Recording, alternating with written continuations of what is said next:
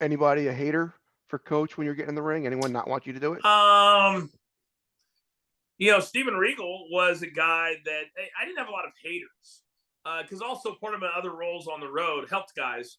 I was kind of the entertainment coordinator and helped guys get certain things, if you know what I mean. So they like me for different reasons. But as Okay. far as wrestling, a lot of guys now, and you'll still see it now, it's so ridiculous. Oh, he took my spot.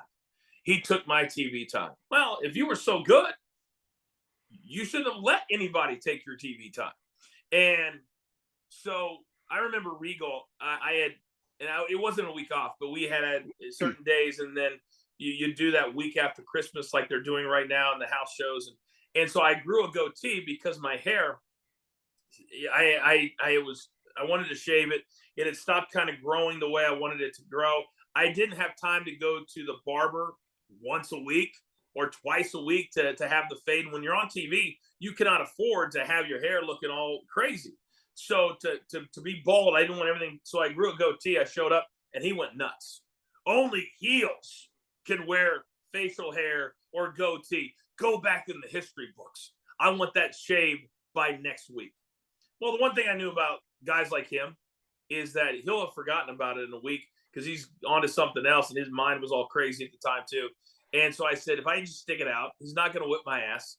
And sure enough, the next week he was on to something else, and that kind of became my signature look. And I have not grown my hair out in over 23 years. I've had my goatee every day for the last 23 years. My action figures have the goatee and the bald head, so it's kind of become my signature look. And I can't even imagine. My hair right now would probably grow out like a chia pet. It's been so damn long. It'd be like, I don't know what yours would do, but like, So that was kind of the only haters. And then it's kind of a funny story, but we were in the meeting for the Royal Rumble, and Michael Hayes was the brainchild of putting together that match.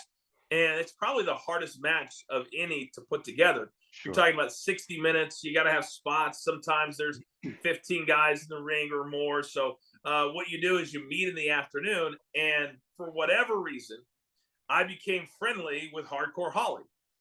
Well, for some reason recently in my algorithms and on Instagram, a lot of the old videos of him doing Tough Enough have resurfaced. And I go, oh, I know that guy, where he would just beat the shit out of the young kids coming in. And it was kind of to weed them out, because you got to be incredibly tough to wrestle 4 days a week, to go through the training, all that stuff. So I remember we were sitting in, it was one of the 2 Royal Rumbles I was in, and I was leaning against the wall. So like my legs were straight out, you know what I mean? And so Michael Hayes was like, all right, number 1, number 2, he got to a certain point. He said, okay, anybody that is already released or already out of the match, you guys can leave the room. Well, I hadn't even come in the match yet on paper. Well, Hardcore had already come in and was gone. So Michael Hayes, he says that, and Hardcore is sitting right next to me. And I go, yeah, Hardcore, step. I kid you not. He stands up, and without missing a beat, he drop kicks. And this is how used he is to throwing a kick. He slaps his leg like it's a working kick. Yeah. And he kicks the point of his toe into the side of my thigh as hard as he can.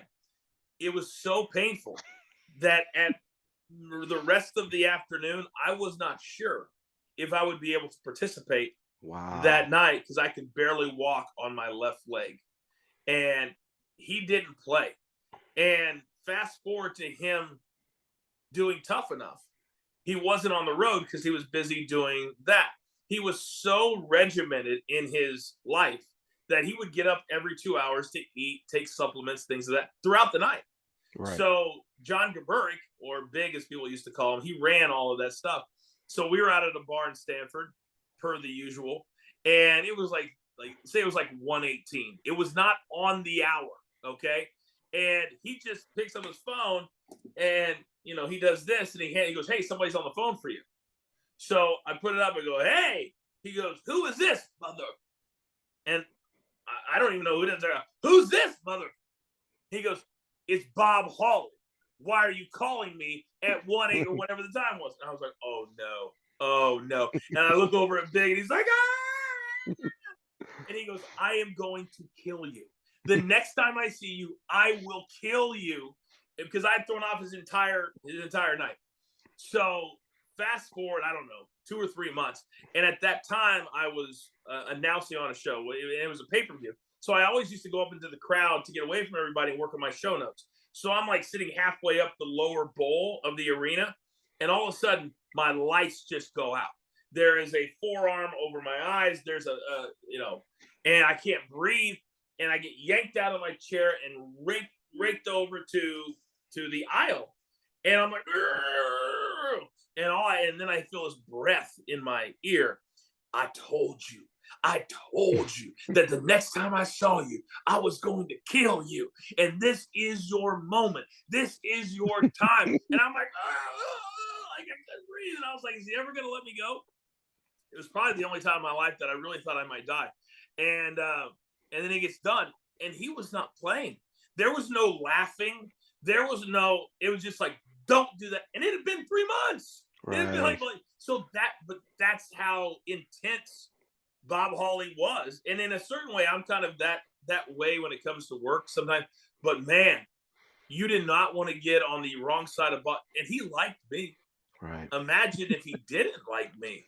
But those are there was very few stories. I was very lucky that I didn't get hazed a lot. I didn't get, not a lot of haters. Coach, plug your stuff. We got a lot going on right now as far as wrestling business. You see behind me, behind the turnbuckle. It's a brand that's really expanding. We've got a show Monday nights at 10 o'clock, right after Raw, whenever that's going to end now for Netflix. But we also do interviews. I do a show with Vince Russo called The Coach and Bro Show. That is also all that's on the same YouTube page. We're getting ready to announce these shows will be on a bigger platform starting very soon. Excited about that. And then we have a sports betting brand, Driving the Line. It's every day at 10 a.m. Eastern time, also on YouTube, but also we're on Amazon Prime, we're on DirecTV, YouTube TV, and that is 7 days a week. We're live 6 days a week, on demand on Saturdays. So heavy in the world of sports betting and wrestling, and then I do PFL and the PGA Tour. So with all of that, I'm very, very busy, but I'm very grateful that as the media business has evolved, we've been able to evolve with it. And it's not just me. I've got a team. I've got a lot of good people around me, and we're going to see where we go. I feel like I have about 25 good years left, and I want to use them to do good things with good people and for good people. That's all I care about. I don't need any me stuff anymore. It's got to be about growing the brands and doing it the right way and having fun doing it. Because the one thing I've realized through my wrestling career, through my family, is that we have no idea how long we're going to be able to do this stuff, whether it's not even just staying alive, but being able to be in this business and do this content and have people want to watch it or listen to it or be able to do, you and I, we've taken a few months to make this happen, but this is very enjoyable for me. And to me, that's what life's all about. And I've never understood the whole, hey, I'm here or you're here. We're all just breathing human beings that like the wrestling business or like sports. And that's all we try to do. And that's all I try to do every single day.